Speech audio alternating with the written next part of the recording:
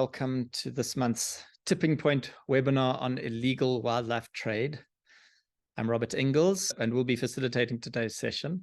We're just giving everyone a minute or so to join before we kick off. Please do introduce yourself to your colleagues in the chat. It'd be lovely if some connections get made in this space. Nice to see a few comments coming through on the chat. Please do introduce yourselves to colleagues. Just say a little bit about who you are and what you're hoping to get out of this webinar. We are thrilled to be welcoming you to this month's Tipping Points on the illegal wildlife trade. Tipping Points is where we ask the questions that matter about how to balance conservation and development. This webinar series is an initiative of Oppenheimer Generations Research and Conservation. They take place monthly, usually the last Thursday of the month at 1 p.m. So to introduce myself, I'm Robert Inglis. I'm a science communicator and have the pleasure of facilitating our conversation today. Let me kick off with a little bit of context. South Africa's natural resources, our rich plant and animal life, are under relentless threat from a number of quarters, including poaching and illegal wildlife trade. And those who profit from this have really no regard for the consequences, including species extinction and loss of biodiversity. But what we do know is that tackling it is far from simple. There are contesting claims on resources. There are views on conservation, which can undermine efforts to halt illegal wildlife trade. Customary rights are often seen at odds with the law, which makes the idea of illegality a thorny issue. And we'll be talking into all of these. So I'm really glad to have this opportunity to be with you and to look forward to productive and insightful discussion around this. We're also just excited that OGRC has decided to give spotlight to this issue, especially the development of capacity and networks for improving the quality of environmental journalism, and in particular around this topic, which we'll talk to a little bit later in the session. One of OGRC's key strategic pillars is science communication, and as Jive Media Africa, we partner to make sure that that's an element of all the work that OGRC does. And this episode of Tipping Points really does take that goal forward. So this webinar is going to follow a structured format. We're going to begin with three really interesting panelists. I'm quite sure many of you are here and excited to hear from them. We'll then move into an open Q&A session. And we'll ask a couple of questions after that, and then we'll move into an open Q&A session where you are welcome to ask some questions. And please do drop those into the chat box throughout the session if you've got some questions on the go. And then an invitation to panelists to respond to questions in the chat box. That would be absolutely appropriate and fine. But then towards the end of the webinar, we want to share a little bit more information about a particular initiative, the Khetha Story Grants. And that's going to create the opportunity for journalists and for trainee journalists to get a little bit of support, some financial and some mentorship and training to support the development of much better environmental journalism around these key topics, in particular around the greater Kruger area for these Khetha Story Grants. So we are recording this session, and the recording will be available on the OGRC YouTube channel. We'll drop that link into the chat. You can also catch up on other webinars. This is the 18th webinar that we've run under Tipping Points, and you can catch up with some of those. And we'll also be sharing some reportage of this webinar with you in our quarterly newsletter. So please do have a look in that. So with a little bit of housekeeping out of the way, we're very excited to have such a nice turnout today. Thanks very much for joining us. I would like to introduce you to the panel of scientists and researchers and journalists and thinkers in this space. So Please can I welcome onto this panel Lara Rall. Lara Rall is the Project Implementation and Communications Manager at WWF South Africa at the Khetha program. For the past 6 years, Lara has dedicated her work to promoting stories about the Greater Kruger for the people of the Greater Kruger. She's passionate about changing perceptions, including her own, through conversations and discussions that allow for diverse perspectives on the issues and solutions that affect people's relationship with conservation. She has a master's in conservation and international wildlife trade, a postgraduate diploma in journalism and media studies, and a BA law degree. So all the elements that are needed for this conversation. Welcome, Lara. Our second panelist is Julian Rademeyer. Julian will be known to many of you as the author of the best-selling book, Killing for Profit. But Julian is also the director for East and Southern Africa at the Global Initiative Against Transnational Organized Crime.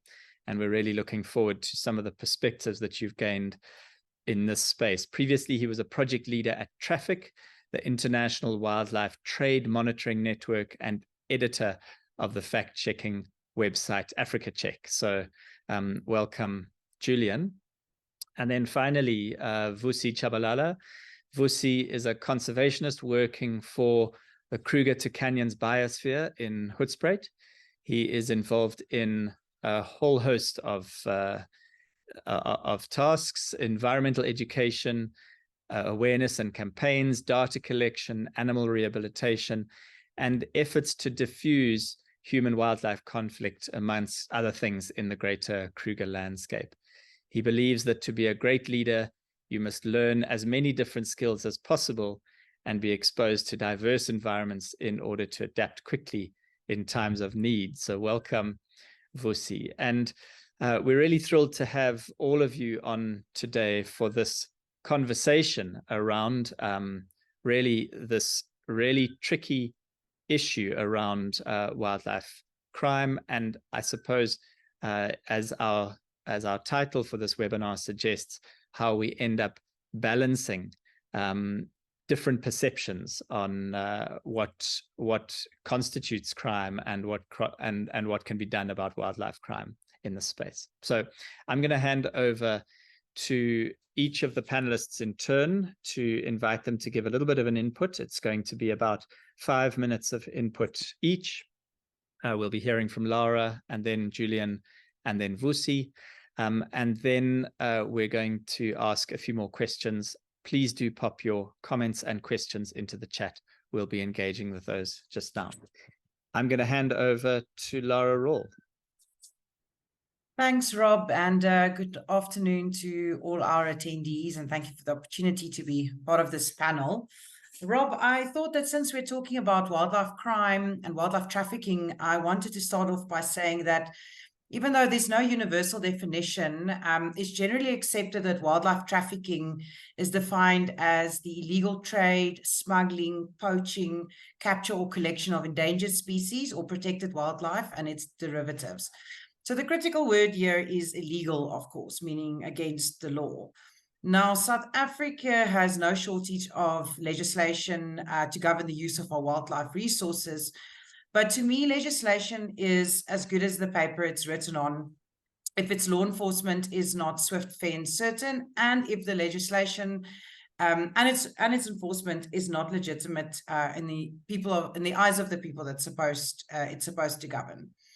Law enforcement in South Africa, I think we can all agree, is not necessarily swift, fair, and certain. And in the eyes of many people in South Africa, our laws that tell us how and who can utilize the wildlife is not necessarily legitimate. Now, throw that into a pot together with all the challenges people face on the ground in areas where wildlife crime is prevalent, for example, the Greater Kruger area, where there are high levels of unemployment, inequality, corruption, there are historical grievances, poor relations between protected areas and neighboring communities, and you have this perfect dish for criminal syndicates to take advantage of. And in my opinion, that pot is boiling over. So understanding what drives wildlife crime and what enables wildlife criminal syndicates to thrive in these areas is absolutely critical to addressing this problem. And at WWF, we've done quite a bit of research to unpack this, and I'd like to share a bit of that with you to help set the scene. So first of all, we are quick to say that people are poor, therefore they poach, or that's why they take part in criminal activities. But we've learned that poverty alone does not drive crime. Countries where you have high overall levels of poverty do not necessarily have higher levels of crime. It's places that have high levels of income inequality that typically have the highest levels of crime. A second driver of crime is a breakdown in the social norms and values, which results in or is worsened by factors such as unemployment and incomplete education, a breakdown in family structures, limited opportunities, especially for young people, or exclusion from a formal economy. Another driver is corruption, major problem in South Africa. Very simply put, corruption facilitates wildlife crime. And then I mentioned earlier the idea that legislation is not legitimate in the eyes of some people. A behavior that is deemed illegal might not be viewed as wrong or bad by all people in society. And I believe my fellow panelists, Julian and Vusi, will definitely be touching on this. But I think if we think about all the various COVID lockdown rules and regulations that we had, many of us did not agree with the rules the government made. People were still out there buying illegal cigarettes, buying illegal alcohol, moving around after curfew because they didn't agree with the rules.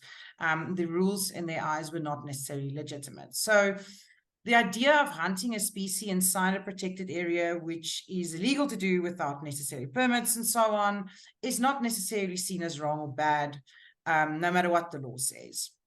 So, of course, I'm not saying that we should just forget about laws and people should just do as they please. We do need rules and regulations for a functional society, but it does give us a little bit of insight into why law enforcement alone and good laws will not necessarily solve crime issues, including wildlife crime.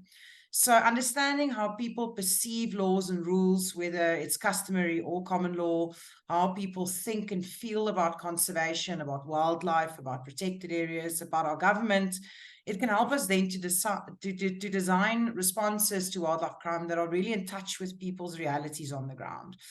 And we will only know what these perceptions are if we ask and if we include these voices of the people who live in these affected areas in the conversations about wildlife crime. And it can be powerful in helping us make sense of this very complex problem. Thanks, Rob. Thanks so much, Lara. I really love the analogy you gave with COVID because we've all had that direct experience. And then your statement that sort of good laws are not enough. We actually have to design responses that are in touch with people's lived realities and that will work for people. And I think this is part of what we try and always push these conversations to on tipping points is really solutions focused kinds of answers. How do we actually address this issue? It's not going to be a case of simply increasing the policing. So thanks for reminding us that this is a complex issue. It might look clear-cut, the law is the law, but of course it's the application makes it a human issue, and we have to deal with those complexities. So thank you for that. Very interested to hear Julian's response and thoughts on this topic. Julian Rademeyer, let me hand over to you.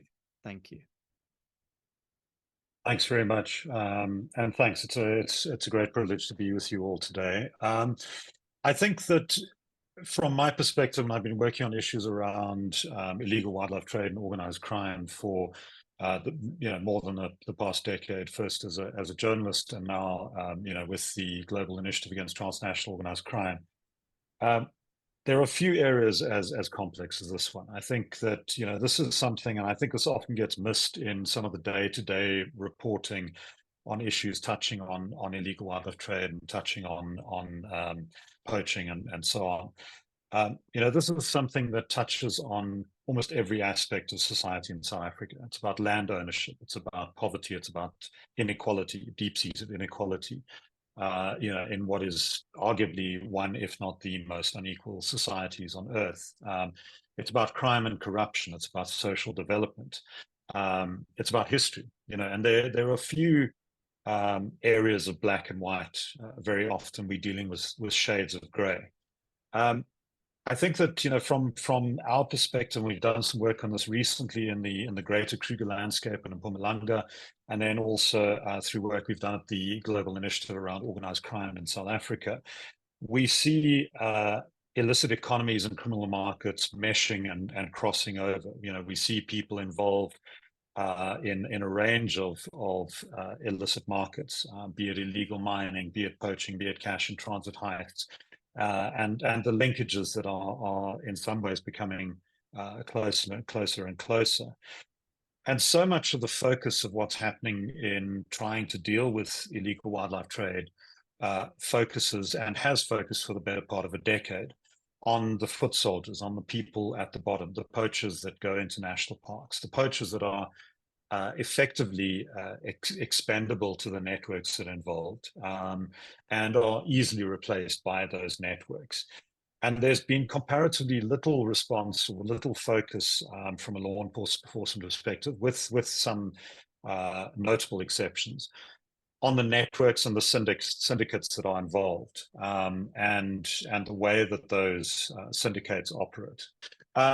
So I think that, one of the challenges that we need to look at is taking a step back and looking at the broader context, looking at how all these issues come into play, looking at how organized crime has taken root in many of our provinces in the face of a governance and law enforcement void, looking at how those illicit economies work, and also looking at, whether the targeting, as Lara said, we need to have in order to have an impact, have a system where justice is swift, where it's seen to be effective, and where it's carried out in a just fashion.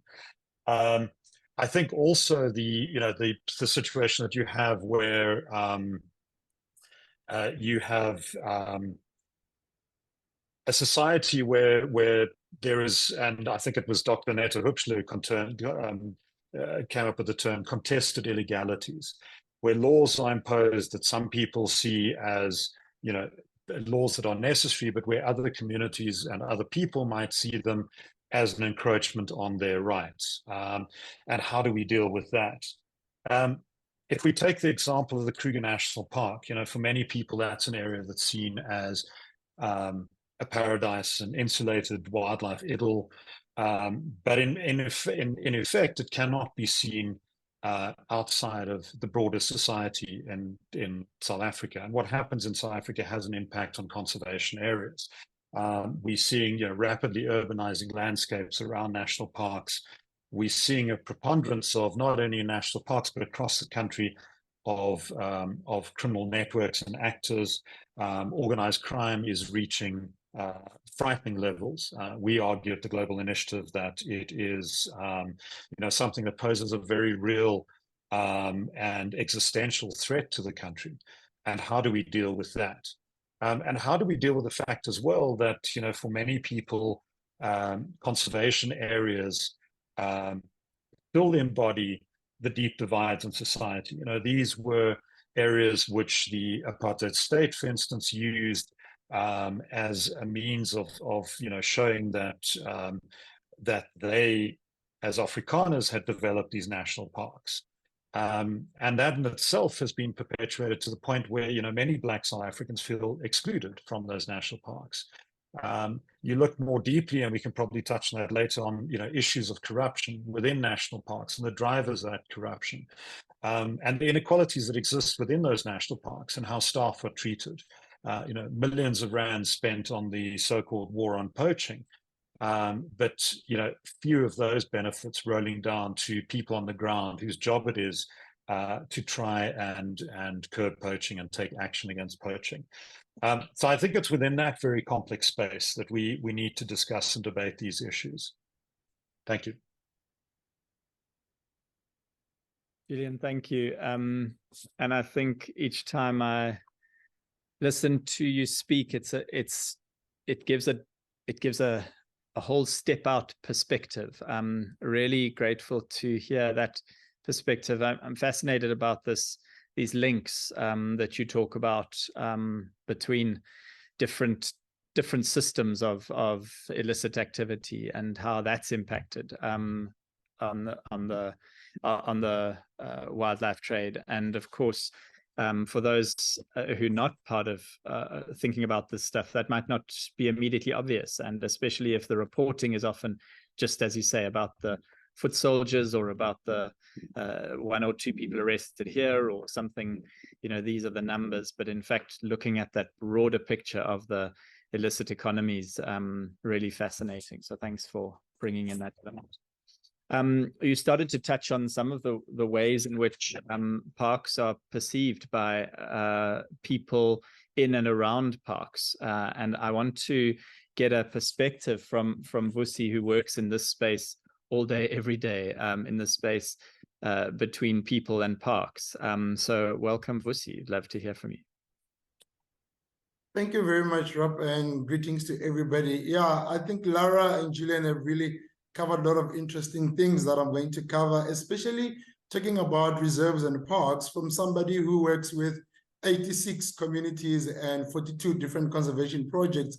You actually realize that South Africa is one of the few countries where all our reserves are fully fenced. So automatically, when you're speaking about relationship with protected areas and natural resources, there's always the fence factor where you can't go beyond this point, or you feel that whatever happens inside the reserve, it's really not my problem or doesn't affect me or bother me. And I think Julian was talking about exclusion.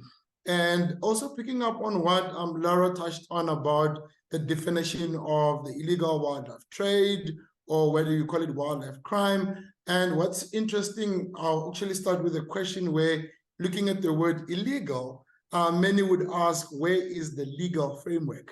If there is a legal wildlife trade, where is that legal wildlife trade where people can go to? Though there is regulations in South Africa to do that, but these are also regulations that many people don't have information or know about on how to actually go about them. And even them being implemented is most of the time not done to its fullest. If you take a closer look into our communities in the Greater Kruger, you've got chiefs or headmen, or some of them call them kings, that, they've got customary laws that they've put in place where certain plants you're not allowed to harvest. If you do harvest them, you can get arrested. And if you check all these different species that they have, it's usually not aligned to the IUCN Red List. But this is something that is linked into how they relate as a community culturally, and indigenous knowledge around that particular species, mostly around plants and not so much involving animals. So, and the worst thing that is linked to these laws that traditional authorities have is, if you're found, the punishment is usually a fine, or you would be chased out of the community. And if you do get chased out, then that doesn't really help, because you just become a problem elsewhere. But the only time where they can escalate things is when you've done a criminal act, and then that's where they call the police to come and then arrest you and then take the legal action against you. And because of the exclusion in terms of the use of resources, most of our communities do not report on their neighbor or a family member who because, well, I'm not affected, doesn't affect me, or I don't see the benefits linked to this. So even if I see somebody doing this, then there's really not that reporting of such incidences. So it becomes a norm, and it is things that are then protected as a behavior in the community. Coming to indigenous knowledge systems, there's a lot of taboos and restrictions as well, because if your surname is a Nyati, which is linked to a buffalo, you don't eat buffalo meat. So these are some of the things that most of our communities respect. And because they respect that, then they don't do those things. There are even areas that are restricted for spiritual reasons you don't go to. And these are things that are contributing to conservation, but are often forgotten about, and people don't actually realize them and take them in. And if you look at the ways in our communities or traditionally harvest resources, it's usually done in a sustainable way, where on a need basis, you do not harvest and keep in store unless you need that particular thing at that particular time. And going into some of the legal ways, as I conclude, if you want to go and buy game meat from a legal person, you need a hunting permit. And if you're coming from Acornhoek and you're going to buy in Hoedspruit, it's 2 provinces, just 40 kilometers from each other, you'd need a permit from Limpopo and need a permit going to Mpumalanga. So if you were to looking at buying from a poacher who you can get at any given time and there's no permits and throughout the year, not only in hunting season, then it actually makes it look more sexy and easily available to buy from a poacher or illegal person, which is why also the market is going up. And again, we also have people that are not necessarily poaching, but hunting for the table to feed their families, where poachers are the people that would hunt in mass and sell in the market, but there's people who are not doing it for commercial or adrenaline rush, but just for the table.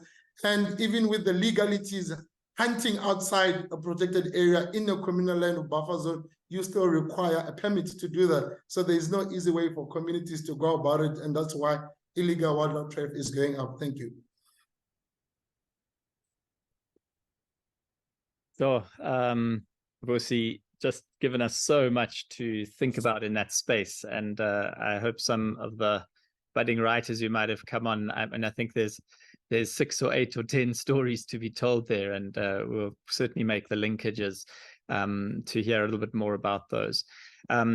I think I really enjoyed you talked about the fence factor, and then you create these divisions, and then wonder why people who have been excluded from something have very little interest in protecting it, and that stands to reason. So really interesting concept there about how do we make sure that we get better integration of people and nature, so that people do see themselves as custodians of natural resources that support and sustain them. And I loved, of course, your sort of look at that word poaching. Of course, different people would have different meanings for the word poaching. You've chosen to sort of talk about the difference between subsistence, kind of harvesting almost, and hunting for the mass market, and of course very different things with different environmental impacts, but perhaps the law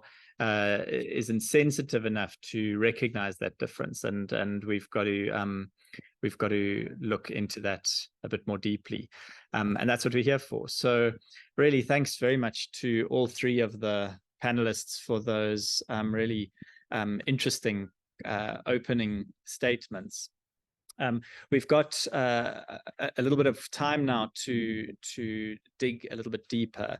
I wanted to start, Julian, with a question directed to you, but I'd love if Vusi and Lara will jump in perhaps after you've spoken. But ultimately, the distinction between the precedence of wildlife, common law thinking around wildlife versus the constitution, or let's call it the formal legal system perception around wildlife, and also who does that serve? So is it possible that there are different ways of seeing wildlife and ownership of wildlife?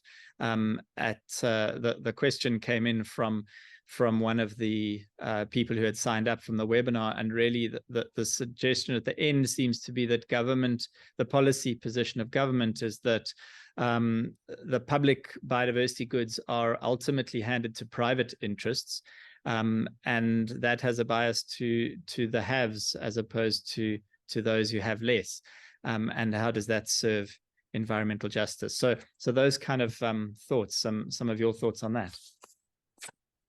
Thanks. We could actually spend an entire webinar just on that subject.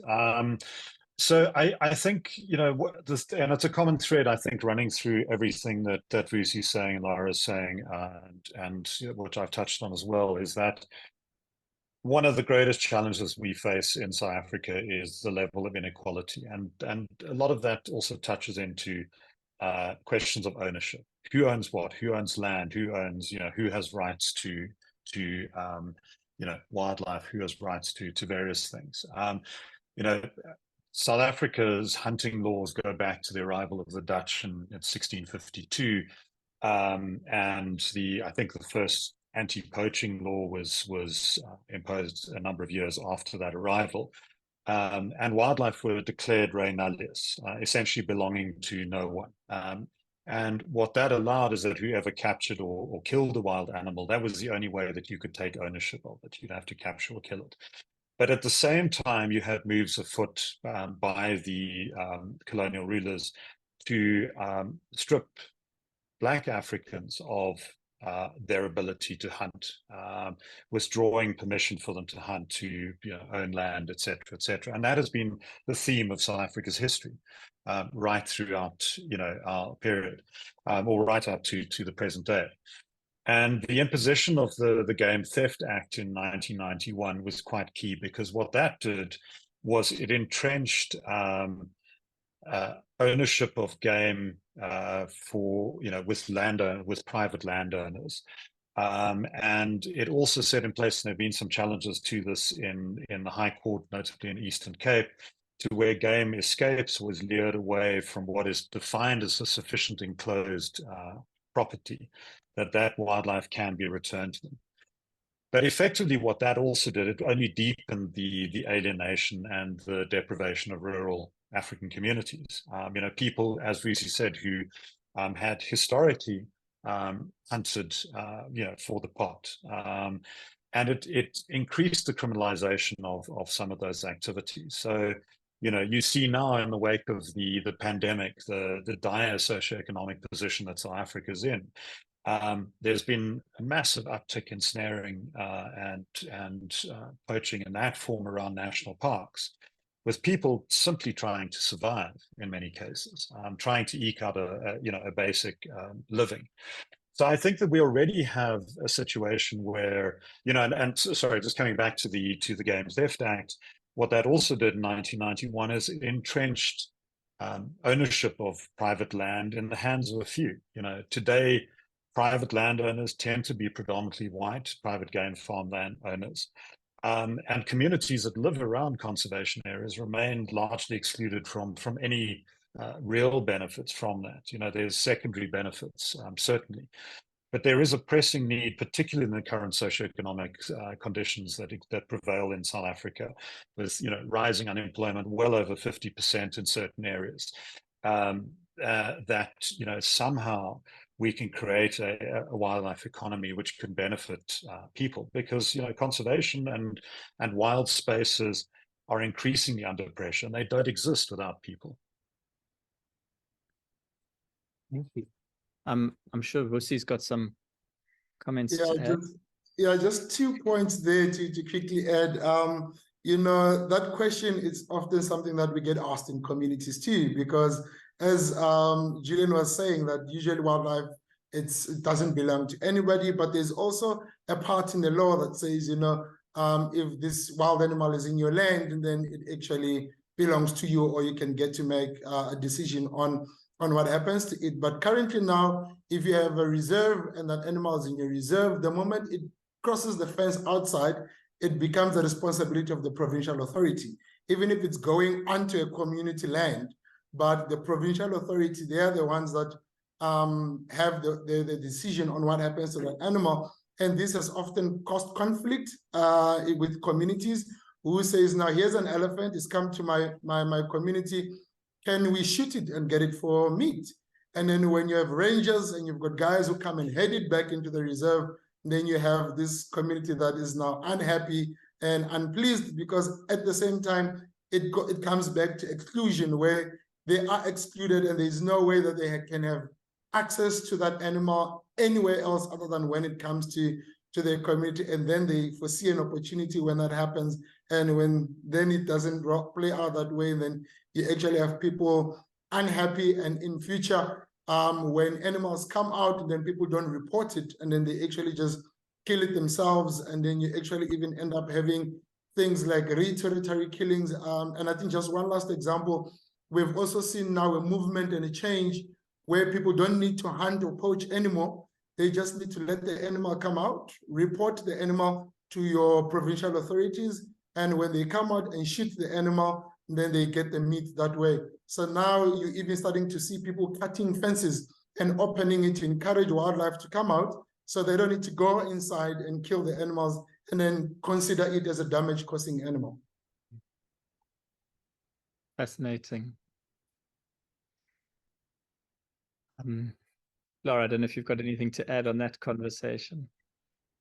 Thanks, Rob. Not exactly building on Vusi and Julian, but when you mentioned environmental justice, you know, I thought about the concept and the term, and I think it's something that's globally increasingly recognized, this idea of finding environmental justice. And if you look at what some of the literature also says about environmental justice, it tells us that we can't just look towards our national and international laws and treaties to determine what environmental justice is, because in some cases you'll see that it's perfectly legal for people to be subjected to harms of pollution, deforestation, climate change, the creation of protected areas. So we really have to look beyond our, you know, our laws and our legislation if we want to understand, you know, what environmental justice is or should look like. I've seen descriptions of environmental justice mentioning like 3 elements to it. It's, if I remember correctly, it's distribution, procedure, and recognition. So distribution refers to the differences between stakeholders in terms of who enjoys rights to material benefits and the cost, and who bears the cost and the responsibilities. So yeah, I think it links to what, you know, Vusi and Julian was saying around, you know, we see sometimes, you know, the benefits of, for example, wildlife, you know, sitting in the hands within a certain group of people, but often, you know, it's the people who don't have access to the wildlife who bears the cost of living next to wildlife.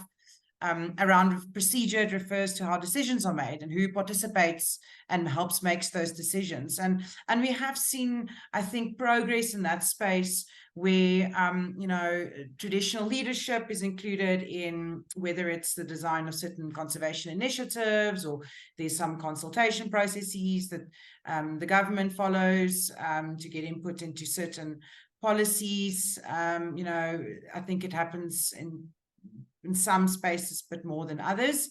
But then the third component, I think, which is very critical, where I think we haven't made necessarily a lot of progress, is around recognition. So this is typically concerning, you know, respecting identities and cultural differences and indigenous knowledge systems. And I think this is also what, you know, Vusi's been saying. Like, I do think we've got a lot of work to do, really, in terms of, you know, you say playing this balancing act in terms of, you know, what does, you know, the law require, but then also how can we respect, you know, the people who live the consequences sometimes of these laws and regulations that we create, and how can we be more respectful of indigenous knowledge systems and the cultural differences. Yeah, absolutely. So thanks for bringing us back to that principle, I guess, around environmental justice, because ultimately that's what we're aiming, and those laws are aiming to achieve, or perhaps there's an increasing need to make sure that they're achieving some kind of environmental justice. Perhaps the laws are a little bit focused at the moment on just a people kind of justice idea, at which we can see is not really being fulfilled by them at the moment. I'm wondering, Vusi, I just want to move the conversation a little bit towards you and some stuff that you started to talk about around indigenous knowledge systems. We did get a question leading up to the webinar asking about what customary law processes do exist for land that is managed, where customary rights are the pervading laws. So I'd be very interested to hear a little bit about that. The example cited by the person asking the question said, for example, in West Africa, hunting customs are harder to regulate as people moving through communities are higher than ever before, and hunting in tribal lands by people outside of the community is a major cause for concern. So presumably there are systems at work and it'd be fascinating to hear a little bit more about those. Yeah, I think there's just some few things that we need to take into note about customary laws. And the first one is that it's unwritten, other than like your other constitutional one. And it changes and adopts as people need, and also their needs changes as well, and the landscape changes. It is also tied to ethnicity with roots and kingship. So it can differ from one village to another, one community to another. But going back to the example that the speaker gave now, I think one of the differences that we need to come back to again is South Africa has got fences. Other than like the other countries, if you look at countries like Tanzania, Botswana, Namibia, Zimbabwe, some have got partial fences, others have got no fences at all. Therefore, the community structures there, they even have a nice program that I like where they have conservancies.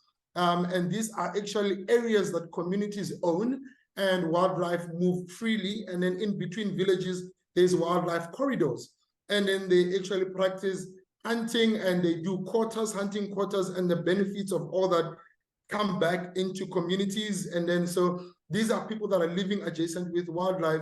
But also when you go into those countries, you realize that human-wildlife conflict is also huge and high because of the no fences. But the tolerance from the people is actually higher because they see the benefit from the wildlife and they now know that it's part of their life. They live with that. Whereas in South Africa, because of the fences, tolerance becomes very low. That if once the animal comes out, it's your animal, it's your fence, you need to fix your fence, you need to pay me, you didn't do that, you didn't do that.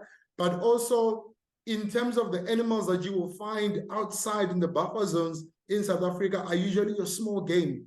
You will never find, and it's in low numbers. So there's not really a lot of hunting happening in your customary land because there's only your small dacres that you actually find in there versus the ones that you'll find in Africa where your big five and all your big heads will move. And the last thing I would say is that, you know, one of the other differences, even if you compare South Africa and places like America that has got an overpopulation of deers, you know, actually there's a time where hunting season is allowed. If you hit the deer with your car, you can take it home for meat. If you can actually shoot, get a permit to shoot.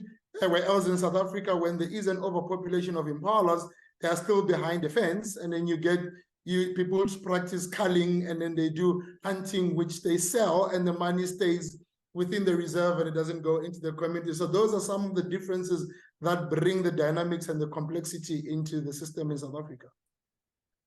It really talks to the need to develop our own solutions for local context. Just because we don't have a lot of time and we have a lot of questions, I wanted to quickly move on. What I want to quickly change hats. Jive Media and Roving Reporters are part of implementing the Khetha the Khetha story project for 2024. And I just wanted to ask Lara to speak a little bit to their perception as WWF South Africa as to why investing in journalism around these issues can help to resolve the challenges that are being faced. Great, thanks, Rob. So yes, I think from the conversation that we've been having, I think it's very clear that, you know, wildlife crime and addressing wildlife crime is really, really complex. But I've mentioned earlier that, you know, understanding how people think and feel, understanding people's perceptions, because perceptions drives behavior, is key to addressing wildlife crime. And through storytelling, we believe that we can do that. And that's exactly what this Khetha Story Project is about. It is about bringing diverse perspectives into this conversation. In the media space, at the very least, we don't see, we mostly see conservation-related technical experts and perhaps, you know, a media spokesperson quoted or interviewed, and we don't often hear the voices of people who are also affected by wildlife crime. Julian mentioned earlier that, you know, the day-to-day reporting really does not reflect the complexity of these challenges. I mean, if you just look at the current narrative around rhino poaching, most of the reports that you see is just focusing on, poachers and this physical act of poaching. And it doesn't really give recognition that, this is just the first act in a much larger and longer chain of transnational criminal behavior. And I think in the eyes of the broader South African public, our politicians, our members of parliament, conservation managers, people who can influence how we address rhino poaching, such a very narrow narrative that focuses mostly on poachers and poaching can criminalize and marginalize a sector of society. In other words, our communities who live on the boundaries of these reserves, who are most likely to be recruited as poachers. And this criminalization of our rural communities is really counterproductive to what many conservation organizations, including our sandparks and our provincial reserves, are trying to achieve with our community-based approaches to address wildlife crime. So, and this kind of narrative is not winning us any champions for conservation in our landscapes. And I think this is exactly what we're trying to do with the Khetha Story Project. It's really to provide journalists and other media practitioners, whether they are seasoned journalists or new and up-and-coming writers and podcasters. We really want to give them the opportunity to help us shift this narrative and create conversations that are more inclusive of a diversity of voices on this topic. Thanks very much for that. And we promised that we would give a little bit more insight about how people could get involved. So I'm just going to take 3 minutes very, very quickly to do so. The Khetha Story Project kicked off last week in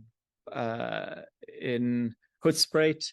And if I could just have that next slide, thanks. We've done a number of stakeholder engagements in the area, but where we are really now is looking at this Khetha webinar series. And the concept, just as today we've heard from Lara and Julian and Vusi, there's an opportunity here to write and to gather some content and some contacts for some really good stories. And so we've got 3 focus areas. The first one is about trainees. If you are interested in writing stories and learning to develop skills about how you write stories and pitch to the media, then this is the space for you. A second one that we're going to be focusing on is experienced journalists, creating an opportunity for experienced journalists to pick up on some of these key topics that have been discussed, to apply for story grants, and then to be supported with networks and some financial resources to write those stories. And then finally, that all media and journalists are welcome to cover these webinars to grab some of the highlights that we're hearing from some of these speakers. So if we could quickly look at the next slide, I won't take long on this. Focus area 1. Please register for training. There is a link in the chat box.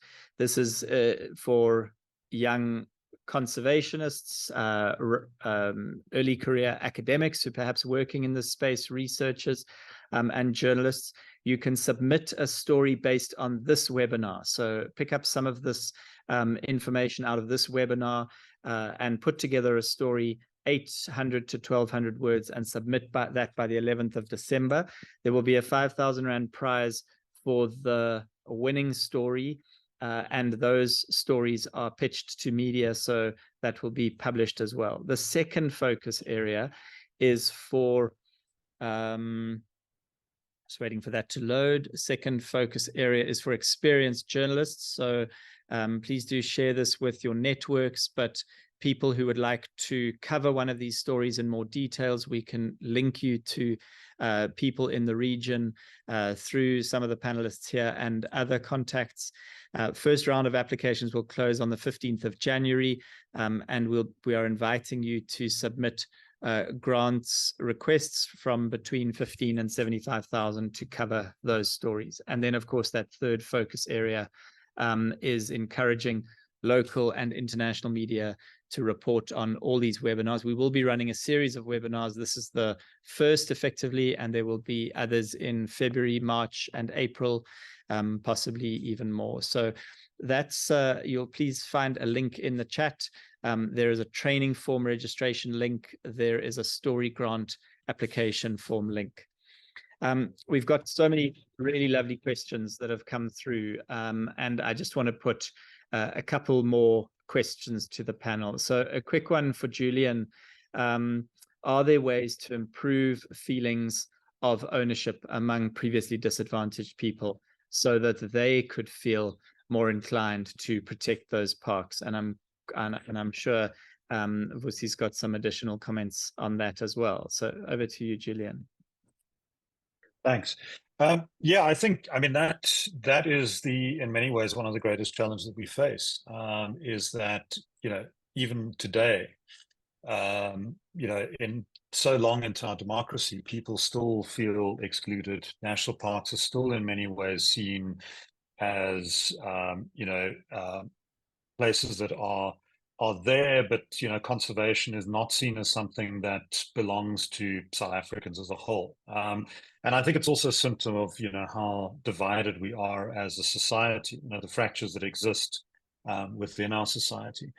I think the key thing, and I think there's some work that's been done, but there's a lot more work that can be done, is how can communities benefit from conservation? There have been projects that have been done at smaller local levels, but the real challenge is that what we're looking at around, for instance, the Kruger National Park, is you're seeing an area where you have a rapidly urbanizing landscape, where there's a population, at least according to the 2019 census, of around 2.9 million people.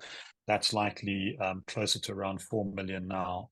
And living in a province where there are these, there is essentially a governance void where, the economy that exists is not sufficient. The only real investment you're seeing in far too many communities these days is the construction of shopping malls.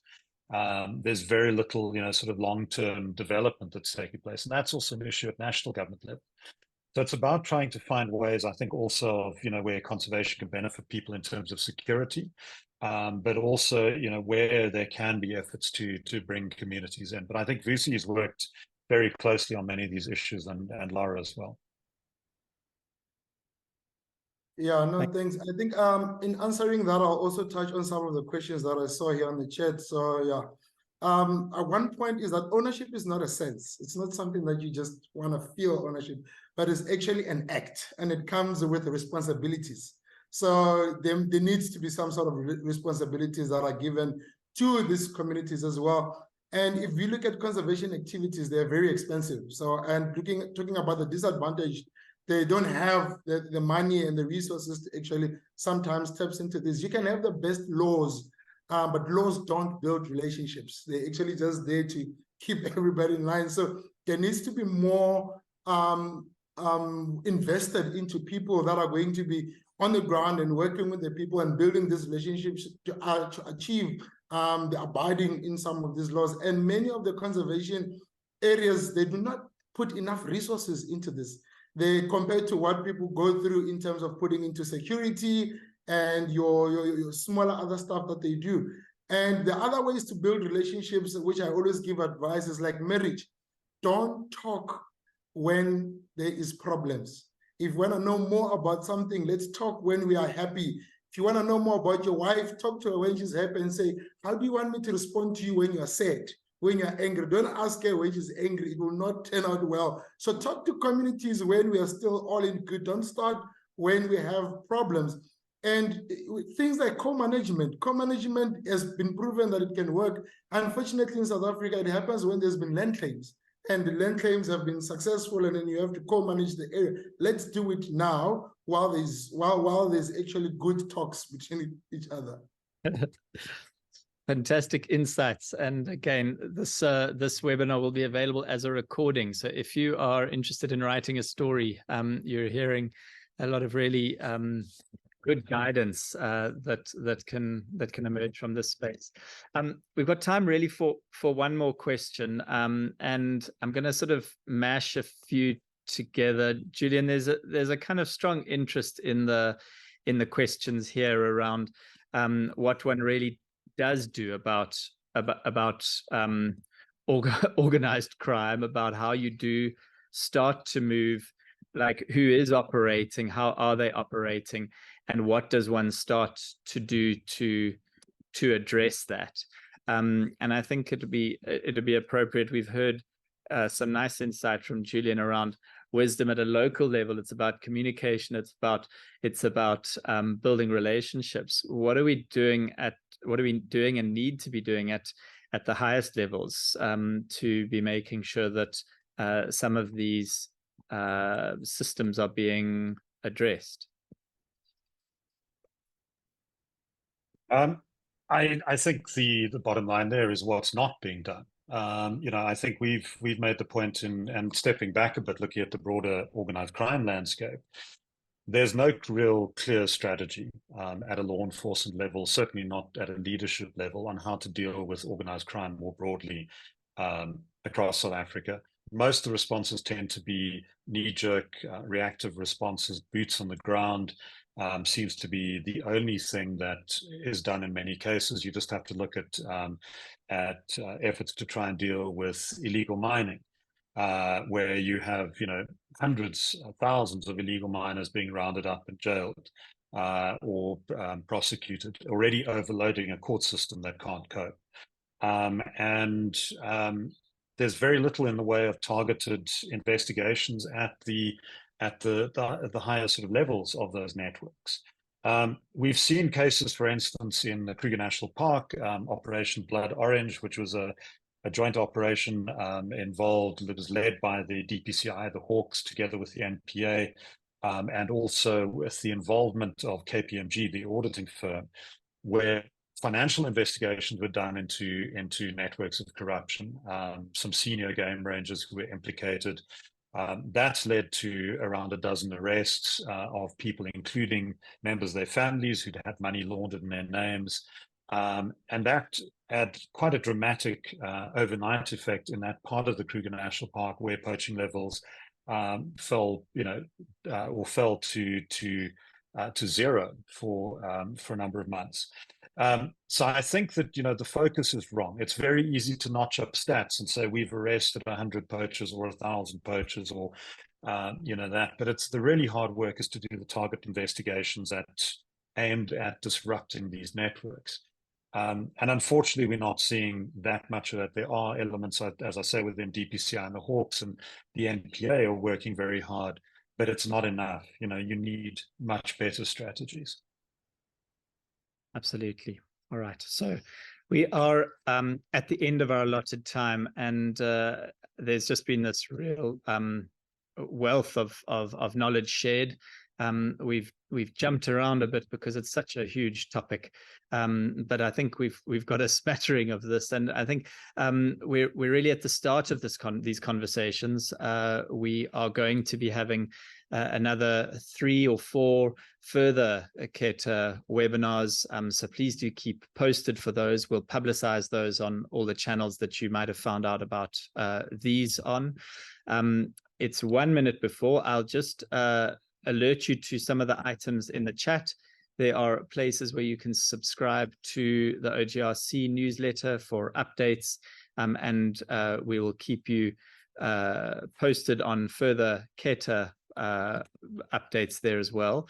But really what I need to do before we finally close is give a huge thanks to our panelists, to Vusi, to Julian, to Lara, and I'm quite sure that you will be engaging further with them, especially those of you who are interested in writing stories and perhaps applying for story grants, so there'll be more opportunities. There was one question, and it was about Mozambique and the aspect of the Khetha program, so I'll respond to that one in the chat straight after this. Once again, to everyone, thank you so much for attending. Please join us at the next Tipping Points. We'll be meeting again on the 29th of February for our next Tipping Points, and it will be reflecting on key questions from COP. The OGRC team is at COP, and they'll be talking about some of the items emerging from that. Please do keep in touch, and thank you once again, all of you, for such a wonderful engagement.